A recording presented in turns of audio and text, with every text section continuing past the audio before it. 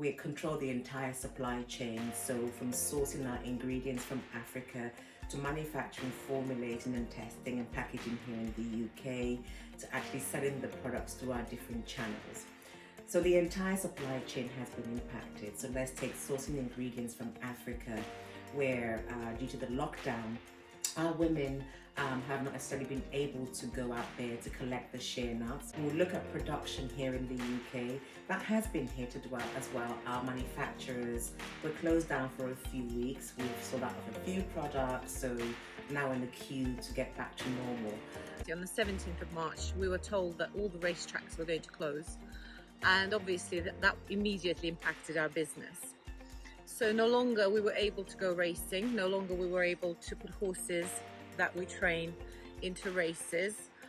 Shortly after the Epsom Derby, the Royal Ascot, they were all cancelled or deferred, and we realised this was going to be quite a major disruption to the business.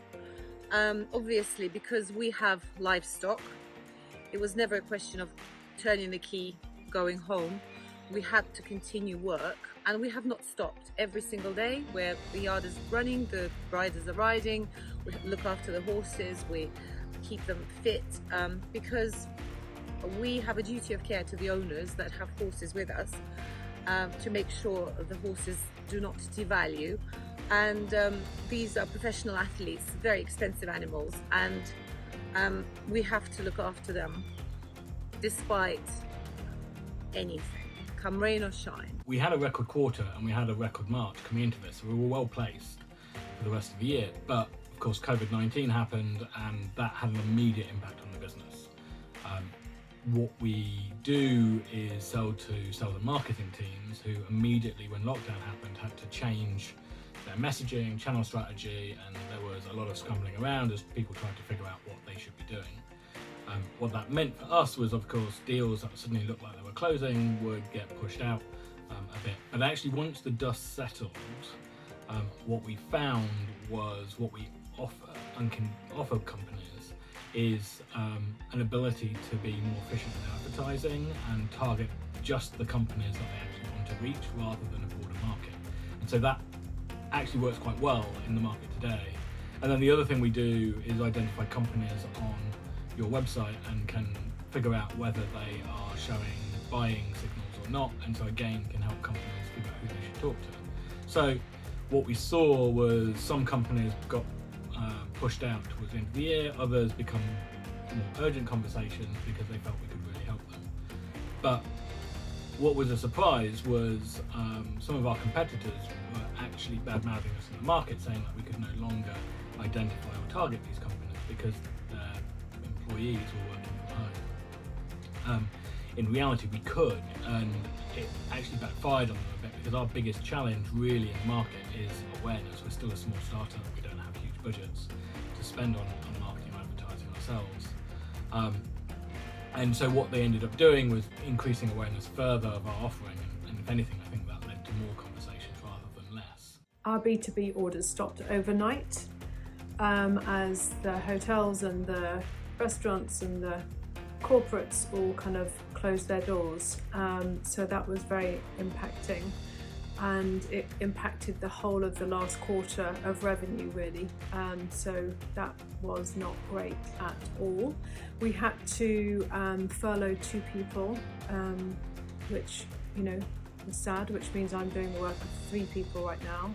So this whole COVID period has been incredibly busy. The consumer sales, direct consumer sales online have increased, and we've had our best quarter ever. So that is the silver lining, I guess. As a law firm, we've been able to work remotely from the get-go. We've been set up, our documents are securely stored on the cloud, and we don't always get to see our clients face to face. So a lot of what we do, unless we're going to court or we've got meetings, is done on the telephone or on email. So we've been very lucky that we've been able to continue delivering our services in that way. In March, we were furiously busy because we were trying to finish off all the client work that we'd already been instructed. And it was only last month in May did we see a downturn in our work. So in terms of assessing how the downturn has impacted the market, what we can really feel is the transaction flows that are coming from our partner law firms. Certainly certain M&A activity has calmed down